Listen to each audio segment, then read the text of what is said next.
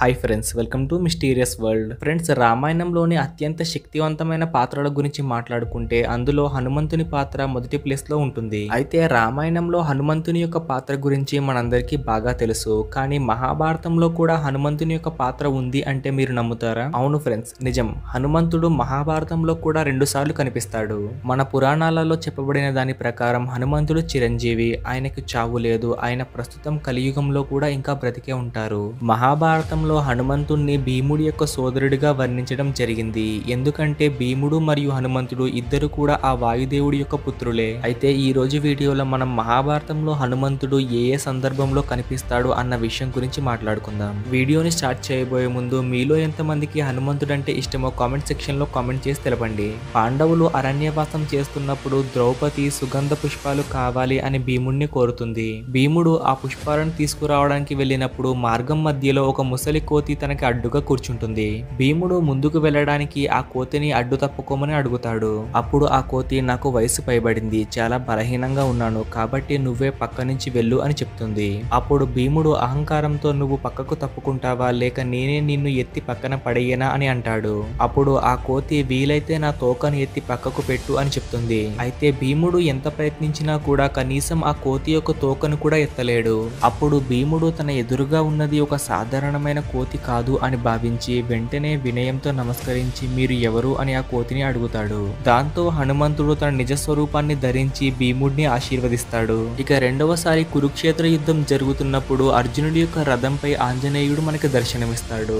అర్జునుడు ఒకసారి దేశ పర్యటనకు బయలుదేరతాడు. తన యాత్రలో భాగంగా అన్ని పుణ్యక్షేత్రాలను దర్శించుకుంటూ రామేశ్వరం చేరుకుంటాడు. అక్కడ సాక్షాత్తు ఆ శ్రీరామచంద్రుడు ప్రతిష్ఠించినటువంటి శివలింగాన్ని పూజించి సముద్ర తీరాన ఉన్నటువంటి రామసేతుని చూస్తాడు. నరులు మరియు వానరులు కలిసి నిర్మించినటువంటి రామసేతును చూసినప్పుడు అర్జునుడికి ఒక ధర్మ సందేహం కలుగుతుంది. శ్రీరాముడు మహాశక్తి సంపన్నుడు మరియు గొప్ప విలువిద్య నైపుణ్యం కలిగినటువంటి వాడు. అంతటి గొప్ప విలుకాడు కోతుల సహాయంతో సేతుని నిర్మించడం ఏమిటి? తానే స్వయంగా బాణాలతో ఒక వంతెనను నిర్మించొచ్చు కదా అని అనుకున్నాడు. అర్జునుడి మనసులో ఆ సందేహం వచ్చిందో లేదో వెంటనే రామధ్యానంలో ఉన్నటువంటి హనుమంతుడు ఒక సాధారణ వానరుడి రూపంలో అర్జునుడి వద్దకు చేరుకుంటాడు. హనుమంతుడు అర్జునుడిని, మీరు ఏదో సమస్యతో బాధపడుతున్నట్టున్నారు, ఏంటి ఆ సమస్య అని అడుగుతాడు. దానికి అర్జునుడు తన మనసులో ఉన్నటువంటి సందేహాన్ని ఆ వానరానికి చెప్తాడు.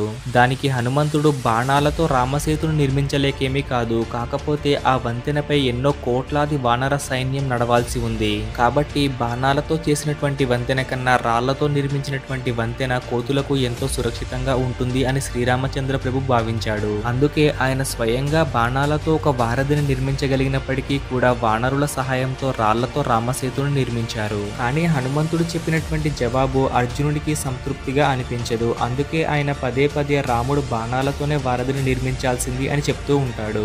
వారిద్దరి మధ్య మాటలు కాస్త గొడవగా మారుతుంది. చివరికి హనుమంతుడికి కోపం వచ్చి, రాముల వారి సంగతి అలా ఉంచు, నువ్వు కూడా గొప్ప విలుకాడివి కదా, నీ విలువిద్యపై నీకు చాలా నమ్మకం కదా, నువ్వు సాక్షాత్తు ఆ శ్రీరాముల వారిని అనుమానించావు, కాబట్టి నువ్వు నీ బాణాలతో వారధిని కట్టు, ఆ వారధి నా బరువుని తట్టుకుంటే నువ్వు గెలిచినట్టుగా నేను ఒప్పుకుంటాను, లేకపోతే నీ ఓటమిని నువ్వు ఒప్పుకోవాలి అని అంటాడు. హనుమంతుడి యొక్క సవాలుతో అర్జునుడిలో పట్టుదల మరింతగా పెరుగుతుంది. అప్పుడు అర్జునుడు, నేను కనుక ఓడిపోతే నేను ఇక్కడే సీతాదేవి చేసినట్లుగా అగ్ని ప్రవేశం చేస్తాను అని చెప్తాడు. ఆ తర్వాత ఇద్దరి మధ్య ఆసక్తికరమైనటువంటి పోటీ ప్రారంభమవుతుంది. అర్జునుడు తన విలువిద్య నైపుణ్యం అంతా ఉపయోగించి ఒక దృఢమైనటువంటి వారధిని నిర్మిస్తాడు. కానీ ఏం లాభం, హనుమంతుడు రామనామ స్మరణ చేస్తూ ఆ వంతెనపై ఒక్క అడుగు పెట్టగానే ఆ వంతెన తునాతునకలైపోతుంది. ఆ సంఘటనను చూసినటువంటి అర్జునుడు ఆశ్చర్యపోతాడు. వెంటనే తన ఓటమిని అంగీకరించి అగ్ని ప్రవేశం చేయడానికి సిద్ధపడతాడు. ఇంతలో ఎక్కడి నుంచో వచ్చినటువంటి ఒక బ్రాహ్మణుడు అగ్ని ప్రవేశం చేయబోతున్నటువంటి అర్జునుడిని చూసి ఏం జరుగుతుంది అని ప్రశ్నిస్తాడు.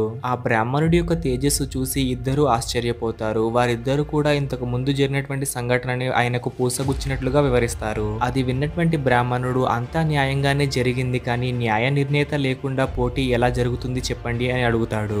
ఈసారి నేను సాక్షిగా వ్యవహరిస్తాను, ఎలాంటి పక్షపాతానికి పాల్పడకుండా చూస్తాను అని అంటాడు.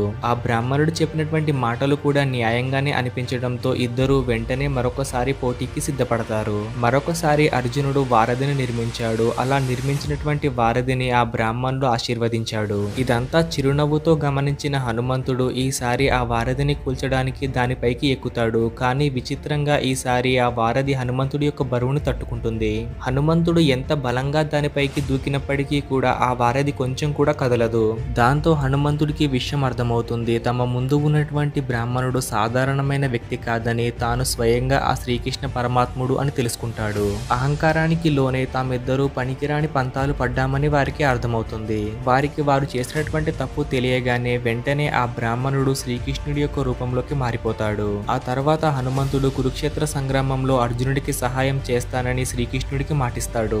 అందుకే కురుక్షేత్ర సంగ్రామంలో హనుమంతుడు అర్జునుడి యొక్క రథంపై జెండాలా ఎగురుతూ యుద్ధం ముగిసే వరకు అర్జునుడిని మరియు కృష్ణుడిని ఇతరుల ధనస్సుల నుండి రక్షిస్తూ ఉంటాడు. యుద్ధం పూర్తయిన తర్వాత ఎప్పుడైతే హనుమంతుడు జెండాలోంచి బయటికి వస్తాడో అప్పుడు ఆ రథం ముక్కముక్కలైపోతుంది. ఈ విధంగా మహాభారతంలో హనుమంతుడు మనకి 2 సందర్భాల్లో కనిపిస్తాడు. అయితే ఈ విషయం గురించి మీరేమనుకుంటున్నారో కామెంట్ సెక్షన్ లో కామెంట్ చేసి తెలపండి. అలాగే మీరు ఇప్పటి వరకు మా ఛానల్ ని సబ్స్క్రైబ్ చేసుకోకపోతే ఇప్పుడే సబ్స్క్రైబ్ చేసుకోండి మరియు పక్కనే ఉన్నటువంటి బెల్ ఐకాన్ ని కూడా యాక్టివేట్ చేసుకోండి. దానివల్ల మా వీడియోస్ మీ వద్దకు ఫాస్ట్ గా చేరుకుంటాయి. Thank you friends, thank you for watching.